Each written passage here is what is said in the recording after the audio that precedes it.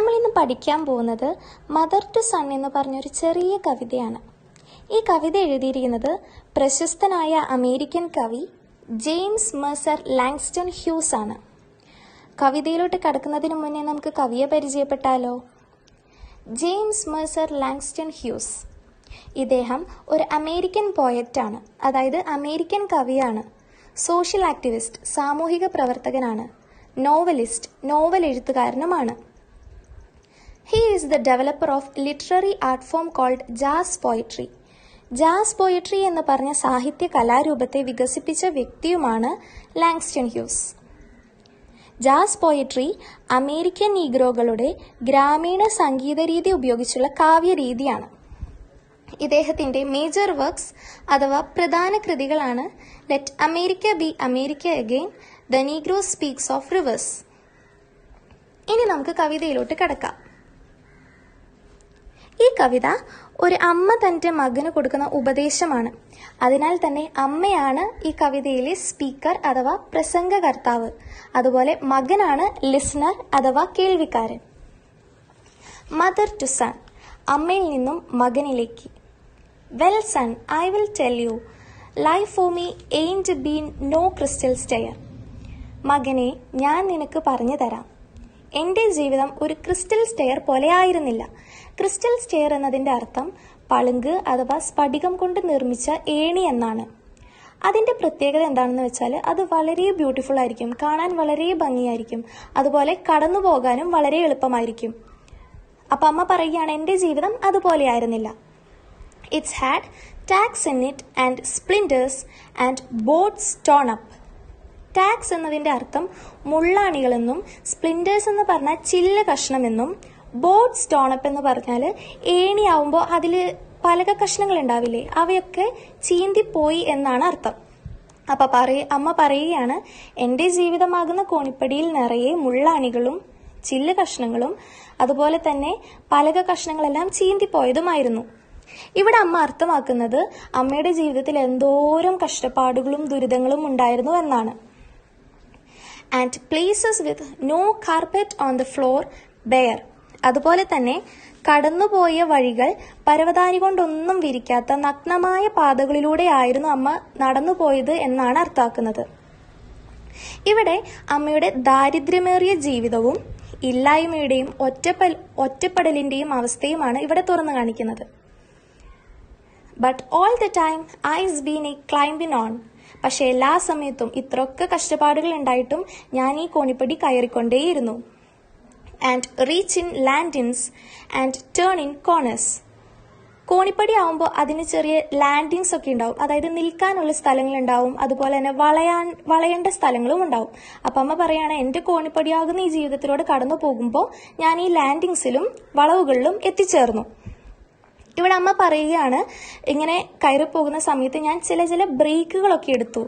എന്നിട്ട് എൻ്റെ ജീവിതത്തിൽ ഉണ്ടായിരുന്ന കഷ്ടപ്പാടുകളെ ഓരോന്നായി ഞാൻ ഓവർകം ചെയ്തു, തരണം ചെയ്തു എന്നാണ് അമ്മ പറയുന്നത്. And sometimes going in the dark where there ain't be no light. ഇങ്ങനെ കയറി പോകുമ്പോൾ ഇരുട്ട് നിറഞ്ഞ വഴികളിലൂടെയും ഞാൻ കടന്നുപോയി. ഒരു പ്രതീക്ഷയോ ഒരു വെളിച്ചമോ ഇല്ലാത്ത സമയത്തും ഞാൻ ഒന്നും നോക്കാതെ മുന്നോട്ട് പോയിക്കൊണ്ടേയിരുന്നു എന്നാണ് അമ്മ പറയുന്നത്. So boy, don't you turn back.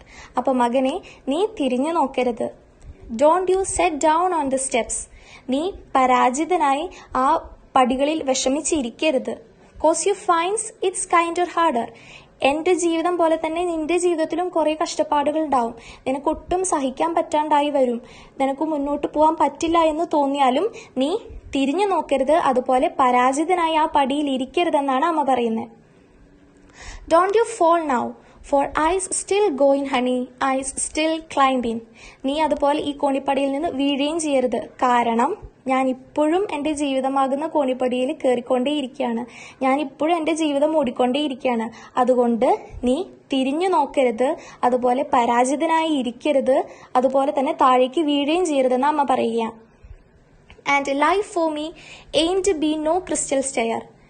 അമ്മ ഒന്നുകൂടിയും ആവർത്തിച്ച് പറയുകയാണ്, എൻ്റെ ജീവിതം ഒരു ക്രിസ്റ്റൽ സ്റ്റെയർ പോലെ വളരെ ബ്യൂട്ടിഫുള്ളും സ്മൂത്തും അല്ല, അതായത് ഒരു പളുകുകൊണ്ട് നിർമ്മിച്ച ഏണി പോലെ ആയിരുന്നില്ല എൻ്റെ ജീവിതം എന്ന് അമ്മ ഒന്നുകൂടിയും ആവർത്തിച്ച് പറയാം. ഈ കവിതയിൽ നമുക്കൊരു മെറ്റഫർ കാണാൻ സാധിക്കുന്നുണ്ട്. അതായത് അമ്മ സ്വന്തം ജീവിതത്തെ ഒരു കോണിപ്പടിയുമായിട്ട് ഉപമിക്കുകയാണ്.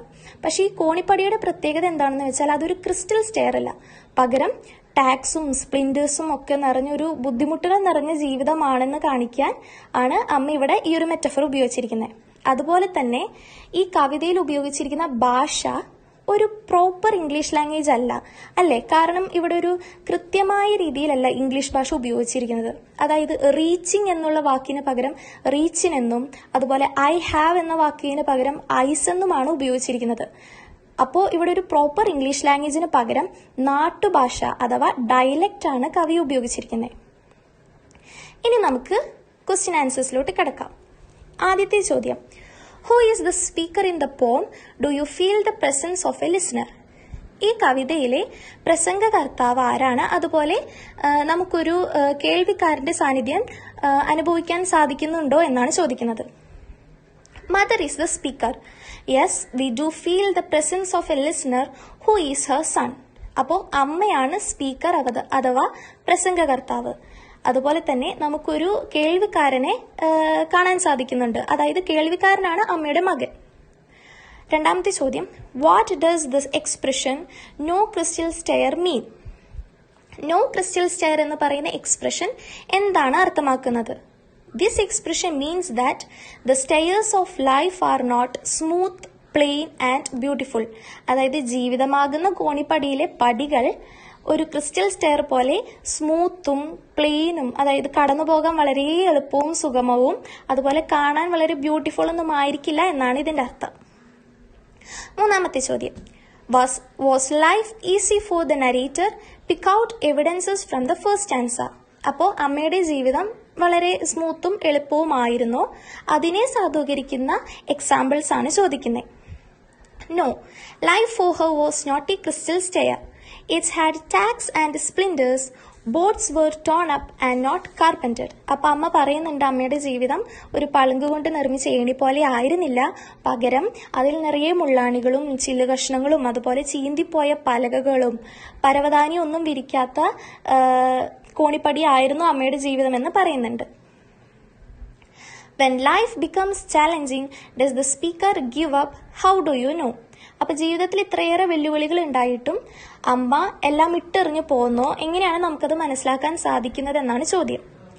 No, she doesn't, because she says that all the time she had been climbing on and reaching landings. അപ്പോൾ ഇല്ല, അമ്മ ഇട്ടെറിഞ്ഞു പോകുന്നില്ല. കാരണം എല്ലാ ബുദ്ധിമുട്ടുകളും ഉണ്ടായിട്ടും എല്ലാ സമയത്തും അമ്മ ഈ കോണിപ്പടി കയറിക്കൊണ്ടേയിരുന്നു, ലാൻഡിങ്സിൽ എത്തിച്ചേർന്നു എന്നാണ്.